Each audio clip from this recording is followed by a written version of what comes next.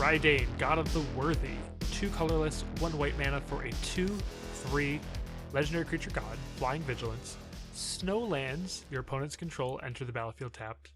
Non-creature spells your opponents cast with a converted mana cost 2 or greater cost 2 more to cast. And the reverse side, Valkmira, Protector Shield, 3 generic mana and a white for a legendary artifact. If a source an opponent's control would deal damage to you or a permanent you control, prevent 1 of that damage. Whenever you or another permanent you control become the target of a spell or ability an opponent controls, counter that spell or ability unless its controller pays 1. So Reidane is the god of justice, and she's youthful, arrogant, fanatical, and fully committed to the cause of justice.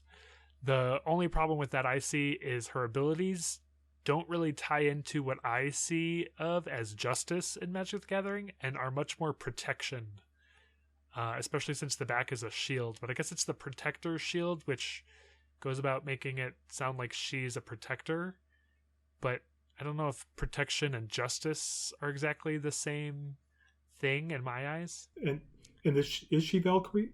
Is she Valkyrie? It's not made clear. It looks like you see her with wings, and she's the god of the worthy, which makes it seem like, you know, the Valkyries that go around and save those the worthy dead and stuff. But her biography just says she's, you know, she's zealous in her pursuit of justice. And you know, she's into fairness, so everyone's so anyone who commits an injustice has to pay a sacrifice of equivalent value, whether it's, you know, an eye for an eye or something else. And that she's the protector of the code of clans between the 5 clans of the human realm.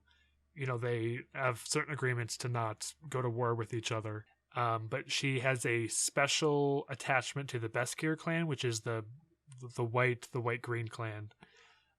Because the founder of the Beskir, or their leader, once saved Alrund's life, and so to return favor to them, you know, is favorable to them as well.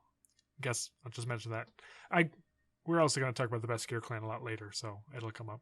So the justice, like I had mentioned before, Tyr is considered the god of justice, and what he's known for is making sacrifices for strengthening everything.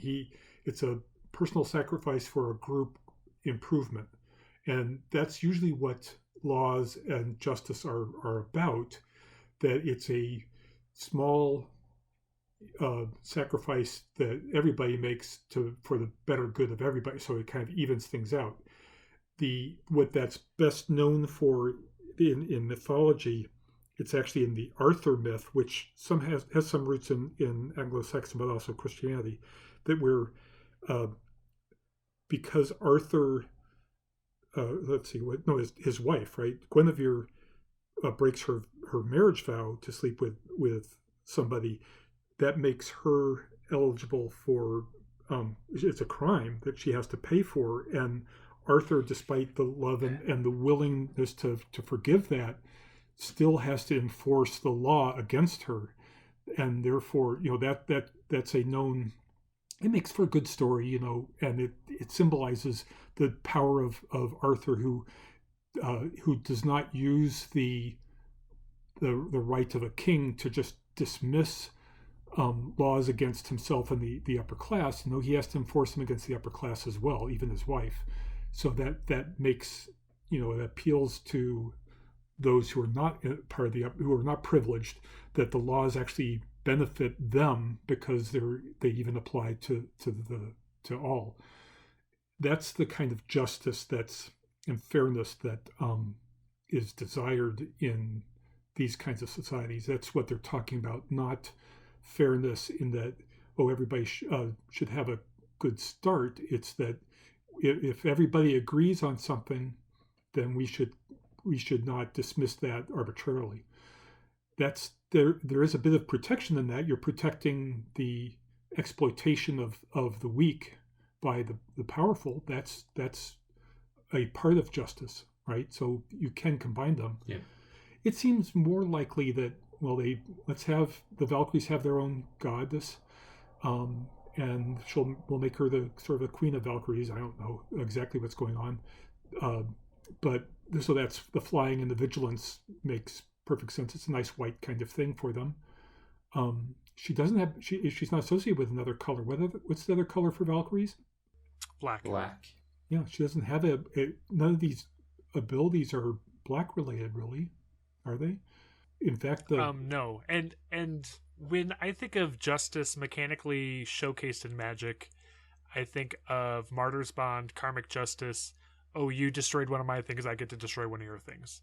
Or I guess in a certain way, balance, where if some person has more lands than you, they have to sacrifice lands down. Or if someone has more cards than you, they have to discard cards or match the number of creatures they have to yours, which matches her concept of fairness. But like her abilities are just taxing your opponent for casting big stuff, or making their things deal less damage to you, or they have to tax more if they want to target your things. It's not about enforcing rules. It's about protecting your things. It doesn't keep them from drawing extra cards and breaking the rules or attacking with more creatures than you have. It's just about keeping them from targeting your things and keeping them from damaging your things. The only thing that's closest to that is making snowlands come to play tapped, I guess. It's like, oh, you're, trying to break the rules by using snowland, so you must be punished. Everything else is purely protection. I feel like the snow thing is really tacked on because they really wanted to have, Gavin it is tacked on, but I haste. think it's the only part of her ability that actually matches being the god of justice. Everything else is purely a god of protection, a god of whether it's protecting those who are weaker or protecting those who have been wronged. It's just protection. It has nothing to do with justice, honestly, in my eyes. Yeah, I can see that. I feel like her shield is very different from her two abilities too, where you're right. I feel like the shield's abilities are protecting protecting the creatures from damage and being targeted, whereas her front side are two taxing abilities. Well, sure. Unless, I guess her sense of the rules that your opponent's trying to break is not playing creature spells and playing non-creature spells. And so like, and it's also playing non-creature large spells. creatures. So I feel like that's kind of a form of justice, so that it's how do you say it? The if she's protecting the weak, she's keeping the larger spells at bay, and just keeping the rules to playing smaller creatures. Well, I guess not creatures, but the shield says if you are a permanent you controller the target of the spell or ability, it's countered unless they pay 1. I just feel like it would have been better if it was like, counter it unless they let you make a treasure token, or counter it unless they let you draw a card, or counter it unless they sacrifice something or discard a card, or let you, or like if they target one of your things, she makes a soldier, right, that can fight back. Instead of just countering it unless they pay 1, I wanted her to give you something in exchange for the thing they've done to wrong you, is how I expect the mechanics to work in a way that better represents justice than just protection. And I guess making them spend extra mana is the punishment, and I guess that matches in with White's taxing stuff. It's just not as exciting as I want a justice battle angel to really be almost going to war more against your opponent than just making them tap extra lands. I think the equipment, the items on the backside of the gods are often very different than their front side, and I think that's for good reason. We talked about Jorn and how his rhyme staff just doesn't, reanimating things doesn't seem like something he would do, but if he got that weapon from somewhere, he could use that weapon even though he didn't craft it. It's not necessarily fully identifying who he is as a god. I think that could be the same thing with Valkmira's the Valkmira shield. in Reidane. But it'd be nice to know the origins of their weapons, because they're just as legendary as the gods are, and we know a lot about the gods. We don't necessarily know a lot about the weapons. Yeah, I see that. I think her ability stuff is pretty well costed. She's 3 mana and she stops non-creature spells that are 4 or more from being cast for 2 mana. So obviously she comes out before those spells are usually cast and delays them a couple turns, whether it's the Wrath of God or Doomscar. They can't do because they're too expensive now to cast. Actually, I don't know how this ability works with forecasted stuff, but in general, she's cheap enough. She has enough abilities that you can play her to try to protect your other guys, or you can play the backside if you're trying to prevent specific cheaper removal spells that target or deal damage. If she was just God of Protection or God of, I don't know, the meek, keeping those who can't defend them, defending the defenseless, something like that. Like, it's fine. I like her abilities. I like the card as a whole. I'm just kind of peeved that for being the God of Justice, she's not, more exciting, upholding it in the way that I expect white cards to do, which I know is completely my viewpoint, but that's why I'm allowed to have this show and rant about the cards that I find annoying. For sure. But I like the art. I like the art too. So I've played with both sides of these so far. That would be in draft draft. And I've in draft, and then I've played against it and constructed. I think you're right about the front side is good in a specific situation, and the back side is good in the specific situation. And the backside's really good when you have a board and you want to keep that board. You don't want your creatures to be removed as much, and you don't want them dying in combat as much. The front side's more for, if she's flying vigilant 2/3, so she can attack while defending, and then if they were to have a bigger spell they want to cast, she's just going to keep attacking them, because if they have some sort of big bomb they want to cast, they have to wait, and maybe that would stop her from hitting them. And then Snowland's totally tacked on. Sure. It hasn't come up for me yet. Yeah. Although the fact that she is main deckable in Standard, that ability, it probably has come up somewhere, and will come up, so long as people want to keep doing snow stuff. Yeah, I'm not expecting Strixhaven to have anything that references Snowlands, but in the next core sets there has to be something, another random white rare that's like, oh, creatures you control, get something that's generically good, and also Snowland's coming to play tapped again, or also whenever a Snowland is tapped for mana, it doesn't tap the next turn. There's got to be another thing in the next core set that also helps hates on Snowlands, because otherwise they're just too generically, like, you might as well use them.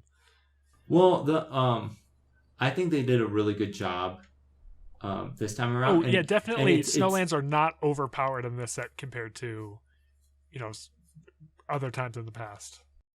Well, I think it's kind of that. Well, you're definitely rewarded for playing snow. There are a lot of powerful cards. I could go into those, but you definitely are rewarded for playing snow. And the way you're actually quote unquote punished, is not being directly punished, but by having more enticing options, right? So there are a lot of good non-basic, non-Snowlands in Standard right now, especially when you consider all the Zendikar modal face lands. So if you want to play a bunch of those, you're probably not going to run any of the snow cards, because those are a fourth year lands or have you, what have you, So it's not so much you're punished but it's just one direction, one avenue you can take your mana base down. You know what I mean? Yeah. So you're not always running snow. And then because Reidane exists and because it's in main decks, if you are not snow, you will run non-snow basics. Well, Reidane doesn't care about your own snowlands, only punishes your opponent's snowlands. Well, right. But because this is in the format, let's say, I'm running a lot of those modal face non-basic lands. Don't have any snow payoffs, don't want any snow payoffs. Okay. I'm not going to run snow lands because this is in the format. I'm going to play against it 5% of the time, but still it's going to come up in a game or two and I'm going to lose that game because all my lands are going to play tapped. So you need to commit. If you're going to do snowlands, you have to commit. Yep, you have to commit more. So she really does she really does make the rules for whether or not you play snowlands or not. But I think the biggest thing is, do you want to run other non-basic lands? There's also all the lands from like Eldraine that come into play tapped if you control a basic land of that color's type. The one that scries 2, the one that gives all your creatures +1/+0. The castles. Just a lot of good non-basic lands. There's a lot of incentive to run those. And a lot of the snow payoffs have like 3, to activate it, you need like 3 snow lands. Like the man land, that's a changeling. It's kind of like Mutavault. Yeah, you need 3 snow mana. 3 snow mana to make a 4/3 changeling. Frostbite needs 3 snow permanents to deal 3 damage. Yeah. There are some that require less, but they're also weaker. And not really as much of a payoff for playing snow, so to speak. So there are decks right now that are playing that man land that play no other non-basic lands because they just don't want to run the risk of drawing that non-basic land and they're not able to activate I forget the name of it, but the Mutavault land. Haven, something, Faceless Haven. Faceless Haven, yeah.